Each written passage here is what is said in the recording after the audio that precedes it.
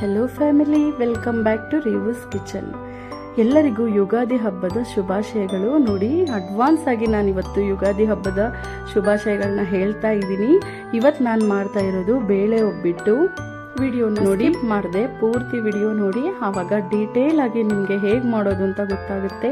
ಈ ರೀತಿ ಸಾಫ್ಟ್ ಆಗಿ ತುಂಬಾ ರುಚಿಯಾಗಿರೋ ಒಬ್ಬಿಟ್ಟು ನಾನಿವತ್ತು ಮಾಡ್ತಾ ಇದ್ದೀನಿ. ಯುಗಾದಿ ಹಬ್ಬ ಅಂದ ತಕ್ಷಣ ನಮಗೆ ತುಂಬಾ ಸ್ಪೆಷಲ್ ಅಲ್ವಾ. ಸೊ ಈ ರೀತಿ ಮಾಡ್ಕೊಳ್ಳಿ, ಯುಗಾದಿ ಹಬ್ಬಕ್ಕೆ ಈ ರೀತಿ ಮಾಡ್ಕೊಳ್ಳಿ. ನೋಡಿ, 2 ಕಪ್ ನಾನಿಲ್ಲಿ ಕಡಲೆಬೇಳೆ ತಗೊಂಡಿದ್ದೀನಿ. ನೀವು ಬೇಕಿದ್ರೆ ತೊಗರಿಬೇಳೆ, ಅರ್ಧ ತೊಗರಿಬೇಳೆ ಅರ್ಧ ಕಡಲೆಬೇಳೆ ಮಾಡ್ಕೋಬೋದು. ಪೂರ್ತಿ ತೊಗರಿಬೇಳೆಲಿ ಕೂಡ ಮಾಡ್ಕೋಬೋದು. ಇದು ಮೈದಾ ಹಿಟ್ಟು, 2 ಕಪ್ ಮೈದಾ ಹಿಟ್ಟು ಬೇಕಾಗುತ್ತೆ. 1 ಕಪ್ ಚಿರೋಟಿ ರವೆ, ಸ್ವಲ್ಪ ಏಲಕ್ಕಿ ಪುಡಿ, 1 ಕಪ್ ತೆಂಗಿನಕಾಯಿ ತೊಗೊಂಡಿದ್ದೀನಿ. ಒಂದು ಕಪ್ ಅಷ್ಟು ತುಂಬ ನಾನಿಲ್ಲಿ ಬೆಲ್ಲನ ಈ ರೀತಿ ತುರಿದಿಟ್ಕೊಂಡಿದ್ದೀನಿ. ಇಲ್ಲಿ 3 ಅಚ್ಚು ಬೆಲ್ಲ ಇದೆ, ಹಾಗೂ ಎಣ್ಣೆ, ಸ್ವಲ್ಪ ಅರಿಶಿಣ ಪುಡಿ ಹಾಗೂ ಉಪ್ಪು. ಮೊದಲಿಗೆ ನಾವು ಬೇಳೆನ ಬೇಯಿಸೋಕೆ ಇಟ್ಕೊಳ್ಳೋಣ. ನೋಡಿ, ಈ ರೀತಿ ಕುದೀತಾ ಇರೋ ನೀರಿಗೆ ನಾವೇನು ಕಡಲೆಬೇಳೆ ತೊಗೊಂಡಿದ್ವಲ್ಲ ಅದನ್ನು ಸೇರಿಸ್ಕೊಳ್ಳೋಣ. ನೋಡಿ, ಕುದೀತಾ ಇರೋ ನೀರಿಗೆ ನಾವಿಲ್ಲಿ ಬೇಳೆ ಹಾಕಿ ಈ ರೀತಿ ಸ್ವಲ್ಪ ಹೊತ್ತು ಬೇಯಿಸ್ಕೋಬೇಕಾಗುತ್ತೆ. ಅದು ಬೇಯ್ತಾ ಇರಲಿ, ನಾವು ಈ ಕಡೆ ಸ್ವಲ್ಪ ಹಿಟ್ಟು ರೆಡಿ ಮಾಡ್ಕೊಳ್ಳೋಣ. ಕಣಕ ಅಂತಾರಲ್ಲ, ಅದನ್ನು ರೆಡಿ ಮಾಡ್ಕೊಳ್ಳೋಣ. ನೋಡಿ, ಮೊದಲಿಗೆ ಒಂದು 200 ml ನೀರು ಹಾಕಿ ಅದಕ್ಕೆ ಸ್ವಲ್ಪ ಉಪ್ಪು ಹಾಕ್ತಾ ಇದ್ದೀನಿ. ಇಲ್ಲಿ ನೋಡಿ, ಸ್ವಲ್ಪ ಉಪ್ಪು ಹಾಕಿ ಒಂದು 1/4 ಸ್ಪೂನಲ್ಲಿ 1/4 ಸ್ಪೂನಷ್ಟು ಅರಿಶಿನ ಪುಡಿ ಹಾಕ್ತಾ ಇದ್ದೀನಿ. ಸ್ವಲ್ಪ ನೋಡಿ, ಸಾಕು, ಇಷ್ಟಾದರೆ ಸಾಕು. ಹಾಕ್ಕೊಂಡು ನಾನಿಲ್ಲಿ ಚೆನ್ನಾಗಿ ಮಿಕ್ಸ್ ಮಾಡ್ಕೊತಾ ಇದ್ದೀನಿ.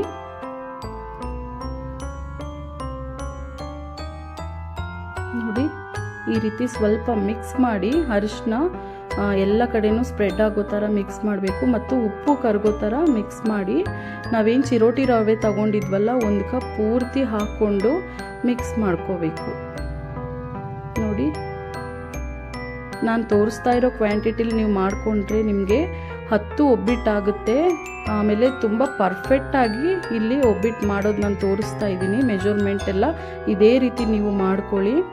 ನೋಡಿ, 1 ಕಪ್ ರವೆ ಪೂರ್ತಿ ಹಾಕ್ಕೊಂಡು ಸ್ವಲ್ಪ ಮಿಕ್ಸ್ ಮಾಡಿ ಒಂದು 2 ನಿಮಿಷ ನಾವು ಇದನ್ನು ಉಣಿಯೋಕೆ ಬಿಡಬೇಕಾಗುತ್ತೆ. ರವೆ ಸ್ವಲ್ಪ ಸಾಫ್ಟ್ ಆಗಬೇಕಾಗುತ್ತೆ.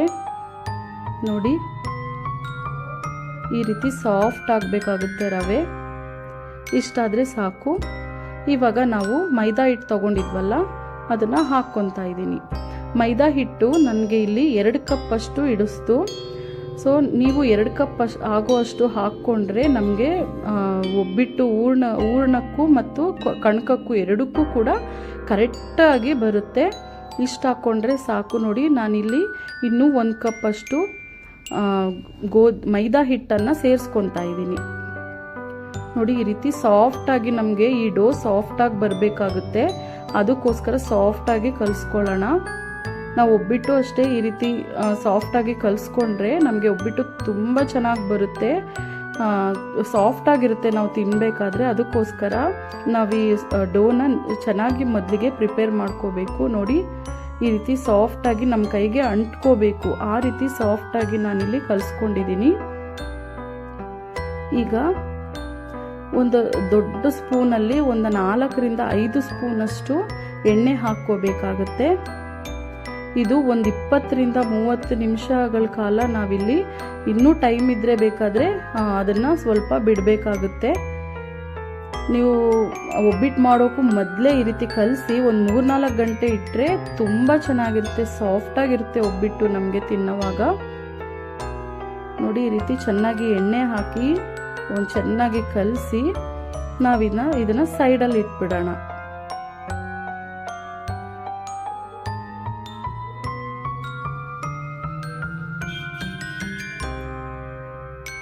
ನೋಡಿ, ಈ ರೀತಿ ಮಿಕ್ಸ್ ಮಾಡಿಕೊಂಡು ಇಟ್ಕೊಳ್ಳೋಣ. ಇದನ್ನು ಒಂದು 20 ನಿಮಿಷ ನಾನಿಲ್ಲಿ ಇಟ್ಟಿದ್ದೀನಿ. ನೀವು ಟೈಮ್ ಇದ್ದರೆ ಇನ್ನೂ ಸ್ವಲ್ಪ ಟೈಮ್ ಇಟ್ಕೊಳ್ಳಿ. ಒಂದು 3ರಿಂದ 4 ಅವರ್ ಇಟ್ಟರೆ ಇನ್ನೂ ಚೆನ್ನಾಗಿರುತ್ತೆ ಒಬ್ಬಿಟ್ಟು. ನೋಡಿ, ಇದು ಇನ್ನೂ ಸ್ವಲ್ಪ ಬೇಯಬೇಕಾಗುತ್ತೆ. ಸ್ವಲ್ಪ ವೆಯ್ಟ್ ಮಾಡೋಣ ಇದು ಬೇಯಲಿ ಅಂತ. ನೋಡಿ ಇವಾಗ ನೋಡ್ತಾ ಇದ್ದೀನಿ, ಇಷ್ಟಾದರೆ ಸಾಕು ನಮಗೆ. ಒಂದು ಬೇಳೆ ತೊಗೊಂಡು ಈ ರೀತಿ ಪ್ರೆಸ್ ಮಾಡಿದ್ರೆ ಅದು ಈ ರೀತಿ ಸ್ಮ್ಯಾಶ್ ಆಗಿಬಿಡಬೇಕು, ಅಷ್ಟಾದರೆ ಸಾಕು. ಈಗ ನಾವಿದನ್ನು ಒಂದು ಫಿಲ್ಟರ್ ತಗೊಂಡು ಅದಕ್ಕೆ ಈ ರೀತಿ ಹಾಕ್ಕೊಳ್ಳೋಣ.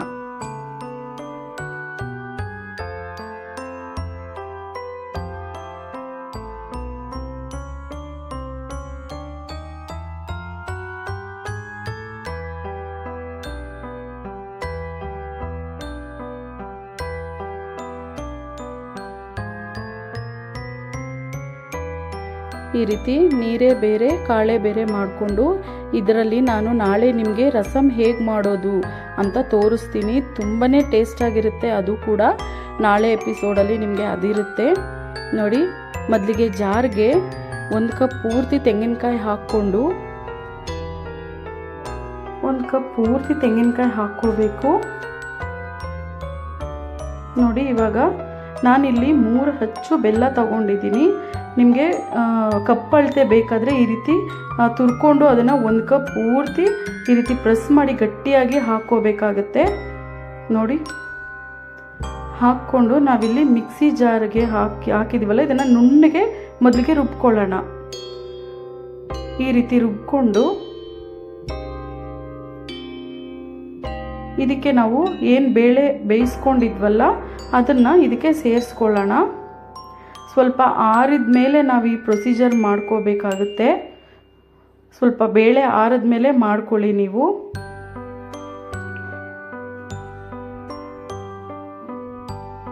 ನೋಡಿ ಇದನ್ನು ಸ್ವಲ್ಪ ನಿಧಾನವಾಗಿ ರುಬ್ಕೋಬೇಕಾಗುತ್ತೆ ನಾವು. ಏಕೆಂದರೆ ಇದು ಸ್ವಲ್ಪ ಗಟ್ಟಿ ಇರೋದ್ರಿಂದ ಸ್ವಲ್ಪ ನಿಧಾನಕ್ಕೆ ರುಬ್ಕೋಬೇಕು ನೋಡಿ. ಇಷ್ಟಾಗಿದ್ರೆ ಸಾಕು. ಎಷ್ಟು ನುಣ್ಣಗೆ ಈ ರೀತಿ ರುಬ್ಕೊಂಡ್ರೆ ಸಾಕಾಗುತ್ತೆ. ಇವಾಗ ಇದನ್ನು ಒಂದು ಮಿಕ್ಸಿಂಗ್ ಬೌಲ್ಗೆ ಶಿಫ್ಟ್ ಮಾಡ್ಕೊಳ್ಳೋಣ. ಇವಾಗ ನೋಡಿ ನೀವು ಟೇಸ್ಟ್, ಇವಾಗ ನಿಮಗೆ ಸ್ವೀಟ್ ಕರೆಕ್ಟಾಗಿದೆ ಅಂದರೆ ಕರೆಕ್ಟಾಗಿ ಇದು ಮಾಡ್ಕೊಳ್ಳಿ. ಇಲ್ಲಾಂದರೆ ಸ್ವಲ್ಪ ಬೆಲ್ಲನ ಮಿಕ್ಸಿ ಜಾರ್ಗೆ ಹಾಕ್ಕೊಂಡು ಸ್ವಲ್ಪ ನುಣ್ಣಗೆ ರುಬ್ಕೊಂಡ್ರೆ ಅದು ಪೇಸ್ಟ್ ಥರ ಆಗುತ್ತೆ. ಅದನ್ನು ಈ ಟೈಮಲ್ಲಿ ಹಾಕಿ ಚೆನ್ನಾಗಿ ಕಲಿಸ್ಕೊಂಡ್ರೆ ನಮಗೆ ಕರೆಕ್ಟಾಗಿ ಬರುತ್ತೆ ನೋಡಿ. ನಾನು ಹಾಕಿರೋ ಬೆಲ್ಲ, ತೆಂಗಿನಕಾಯಿ ಹಾಗೂ ಬೇಳೆ ಎಲ್ಲದಕ್ಕೂ ಕರೆಕ್ಟಾಗಿದೆ. ಸೊ ಈ ರೀತಿ ಒಂದು ಬೌಲ್ಗೆ ಹಾಕ್ಕೊಂಡು ಜಾರಲ್ಲಿರೋದನ್ನೆಲ್ಲ ನಾವು ಮಿಕ್ಸ್ ಮಾಡ್ಕೋಬೇಕಾಗುತ್ತೆ ಮೊದಲಿಗೆ ನೋಡಿ. ಈ ರೀತಿ ಹಾಕ್ಕೊಂಡು ನಾವೇನು ಏಲಕ್ಕಿ ಪುಡಿ ಇಟ್ಕೊಂಡಿದ್ವಲ್ಲ ಅದನ್ನು ಸೇರಿಸ್ಕೊಳ್ಳೋಣ ನೋಡಿ. ಸ್ವಲ್ಪ ಏಲಕ್ಕಿ ಪುಡಿ ಹಾಕ್ಕೊತಾ ಇದ್ದೀವಿ. ನಾನಿದು ಸಕ್ಕರೆ ಹಾಕಿ ಪುಡಿ ಮಾಡಿರೋದ್ರಿಂದ ಸ್ವಲ್ಪ ಜಾಸ್ತಿ ಹಾಕ್ಕೊತೀನಿ. ಬರೀ ಏಲಕ್ಕಿ ಮಾಡಿ ಹಾಕ್ಕೊಂಡಿದ್ರೆ, ಬರೀ ಏಲಕ್ಕಿ ಪುಡಿ ಮಾಡಿ ಇಟ್ಕೊಂಡಿದ್ರೆ ಅದನ್ನು ಸ್ವಲ್ಪ ಹಾಕ್ಕೊಂಡ್ರೆ ಸಾಕಾಗುತ್ತೆ. ಈ ರೀತಿ ಚೆನ್ನಾಗಿ ಏಲಕ್ಕಿ ಪುಡಿ ಎಲ್ಲ ಕಡೆ ಮಿಕ್ಸ್ ಆಗೋ ಥರ ಚೆನ್ನಾಗಿ ಕಲಿಸ್ಕೊಳ್ಳೋಣ ಮೊದಲಿಗೆ.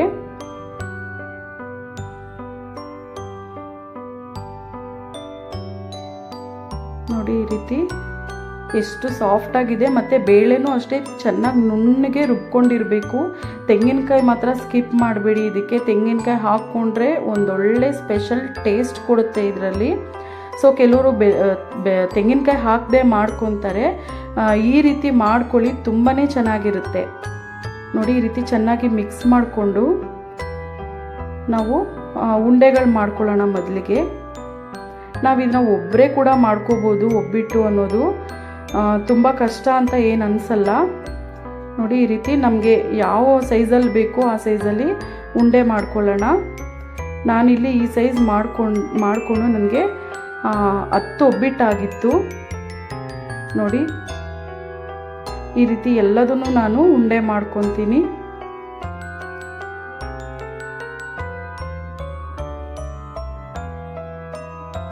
ಈಗ ಒಂದು ಪ್ಲಾಸ್ಟಿಕ್ ಶೀಟ್ ಮೇಲೆ ಸ್ವಲ್ಪ ಎಣ್ಣೆ ಹಾಕಿ ನಾವೇನು ಹಿಟ್ಟು ಕಲಸಿಟ್ಕೊಂಡಿದ್ವಲ್ಲ ಅದನ್ನು ಸ್ವಲ್ಪ ತಗೊಳ್ಳೋಣ. ಸ್ವಲ್ಪ ತಗೊಂಡು ಅದನ್ನು ಇದು ಬಿಗಿನರ್ಸ್ಗೆ ನಾನು ಹೇಳ್ಕೊಡ್ತಾ ಇರೋದು. ಈ ಥರ ಪ್ಲಾಸ್ಟಿಕ್ ಶೀಟ್ ಮೇಲೆ ಹಾಕಿ ಈ ರೀತಿ ಚೆನ್ನಾಗಿ ರೋಲ್ ಮಾಡ್ಕೊಳ್ಳಿ. ಯಾವ ಕಡೆನೂ ಓಪನ್ ಆಗಬಾರ್ದು. ಆ ರೀತಿ ರೋಲ್ ಮಾಡಿಕೊಂಡು ಈ ರೀತಿ ಒಂದೇ ಸಮವಾಗಿ ಬರೋ ಥರ ಇದನ್ನು ತಟ್ಕೋಬೇಕು. ನೋಡಿ ಹೀಗೆ ತಟ್ಕೊಂಡು ನಮಗೆ ದೋಸೆ ತವ ಚೆನ್ನಾಗಿ ಕಾದಿರಬೇಕು. ಮೀಡಿಯಮ್ ಫ್ಲೇಮಲ್ಲಿ ಕಾಯಿಸ್ಕೊಂಡು ಈ ರೀತಿ ಸ್ವಲ್ಪ ಎಣ್ಣೆ ಹಾಕಿ ಇದನ್ನು ಎರಡೂ ಸೈಡ್ ಎಣ್ಣೆ ಹಾಕಿ ಚೆನ್ನಾಗಿ ಬೇಯಿಸ್ಕೋಬೇಕು.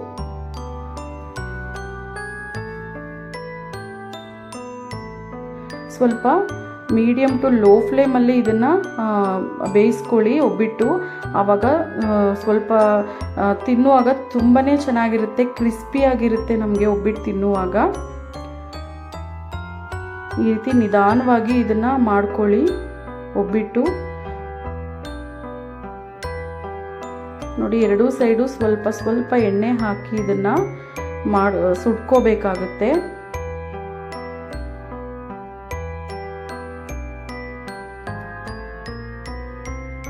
ನಾನಿಲ್ಲಿ ಮೀಡಿಯಮ್ ಫ್ಲೇಮಲ್ಲಿ ಒಬ್ಬಿಟ್ಟನ್ನ ಮಾಡ್ಕೊತಾ ಇದ್ದೀನಿ.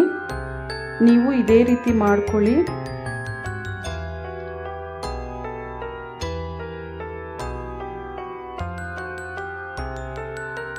ನೋಡಿ ನಾನು ಇನ್ನೊಂದು ಮಾಡಿ ತೋರಿಸ್ತಾ ಇದ್ದೀನಿ. ಈ ರೀತಿ ಸ್ವಲ್ಪ ಎಣ್ಣೆ ಹಾಕಿ ನಾವು ಈ ರೀತಿ ತಟ್ಕೋಬೇಕು. ತಟ್ಕೊಳ್ಳೋದು ಅಷ್ಟೇ, ಮೊದಲಿಗೆ ಮಧ್ಯ ತಟ್ಕೊಂಡು ಆಮೇಲೆ ಸುತ್ತ ಈ ರೀತಿ ತಟ್ಕೊಂಡ್ರೆ ನಮಗೆ ಒಳಗಡೆ ಹೂರ್ಣ ಆಚೆ ಬರಲ್ಲ, ಮತ್ತು ಕಣಕನೂ ಅಷ್ಟೇ ಎಲ್ಲ ಕಡೆ ಈಕ್ವಲ್ ಆಗಿ ಸ್ಪ್ರೆಡ್ ಆಗುತ್ತೆ.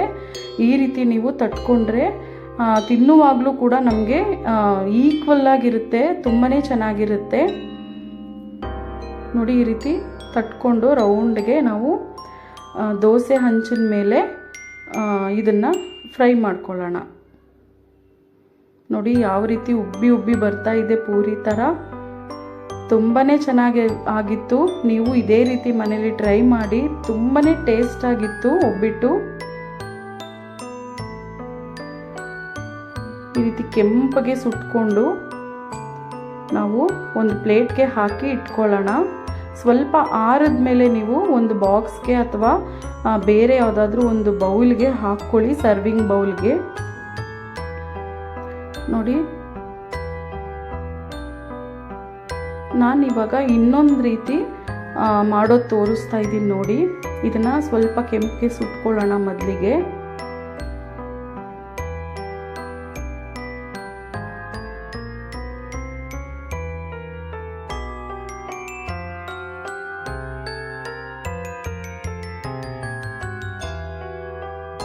ಈ ರೀತಿ ಎರಡೂ ಕಡೆ ಎಣ್ಣೆ ಹಾಕಿ ಲೋ ಟು ಮೀಡಿಯಮ್ ಫ್ಲೇಮಲ್ಲಿ ಈ ರೀತಿ ಚೆನ್ನಾಗಿ ನಾವು ಒಬ್ಬಿಟ್ಟನ್ನ ಬೇಯಿಸ್ಕೋಬೇಕಾಗತ್ತೆ.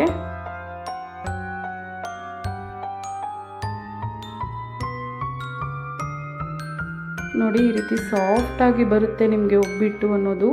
ನಾನು ತೋರಿಸಿರೋ ಮೆಜರ್ಮೆಂಟು, ನಾನು ತೋರಿಸಿರೋ ಥರನೇ ನೀವು ಮಾಡ್ಕೊಳ್ಳಿ, ತುಂಬಾ ಚೆನ್ನಾಗಿರುತ್ತೆ ಇದು.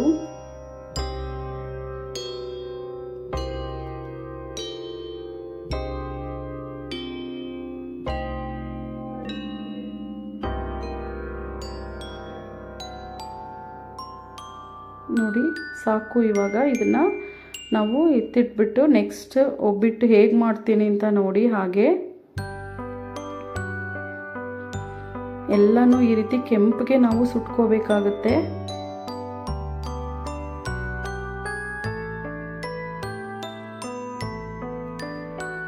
ಓಕೆ, ಈಗ ಸ್ಟವ್ ಫ್ಲೇಮ್ನ ಕಮ್ಮಿ ಮಾಡಿ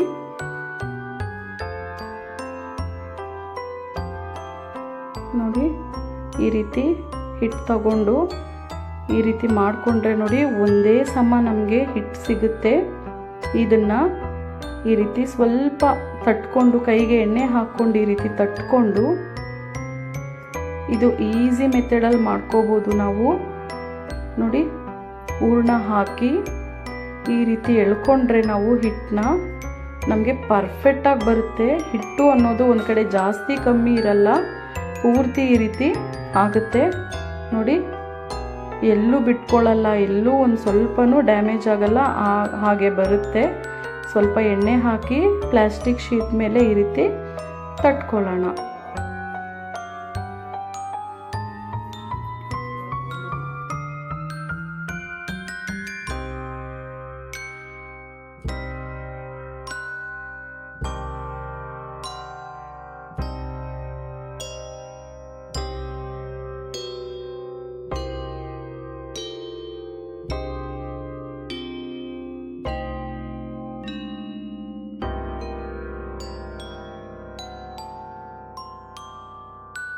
ಇದೇ ರೀತಿ ನಾನು ಎಲ್ಲ ಒಬ್ಬಿಟ್ಟು ಕೂಡ ಬೇಯಿಸ್ಕೊತೀನಿ. ವಾವ್, ಈ ವಿಡಿಯೋ ನಿಮಗೆ ಖಂಡಿತ ಇಷ್ಟ ಆಗುತ್ತೆ ಅಂತ ಭಾವಿಸ್ತೀನಿ. ಈ ವಿಡಿಯೋ ನಿಮಗೆ ಇಷ್ಟ ಆಗಿದ್ದರೆ ನನ್ನ ವಿಡಿಯೋನ ಲೈಕ್ ಮಾಡಿ, ಶೇರ್ ಮಾಡಿ, ಸಬ್ಸ್ಕ್ರೈಬ್ ಮಾಡ್ಕೊಳ್ಳಿ, ಬೆಲ್ ಐಕನ್ನ ಕ್ಲಿಕ್ ಮಾಡಿ. ನೀವು ಈ ರೆಸಿಪಿನ ಖಂಡಿತ ಟ್ರೈ ಮಾಡಿ. ತುಂಬಾ ಚೆನ್ನಾಗಿರೋ ಒಬ್ಬಿಟ್ಟು ನಾನು ಇವತ್ತು ತೋರಿಸಿದ್ದೀನಿ ನೋಡಿ. ಮೇಲಿಂದ ಸ್ವಲ್ಪ ತುಪ್ಪ ಹಾಕ್ಕೊಂಡು ನಾವು ತಿಂದರೆ ತುಂಬ ಚೆನ್ನಾಗಿರುತ್ತೆ ನೋಡಿ. ಎಷ್ಟು ಸಾಫ್ಟಾಗಿ ಬರ್ತಿದೆ ಒಬ್ಬಿಟ್ಟು. ವಾವ್,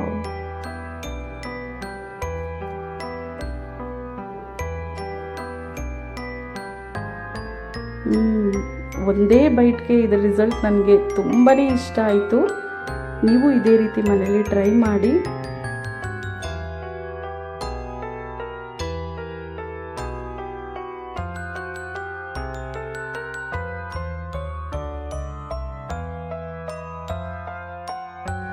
ಪೂರ್ತಿ ವಿಡಿಯೋ ನೋಡಿದ್ದಕ್ಕೆ ಧನ್ಯವಾದಗಳು. Thank you for watching. Bye.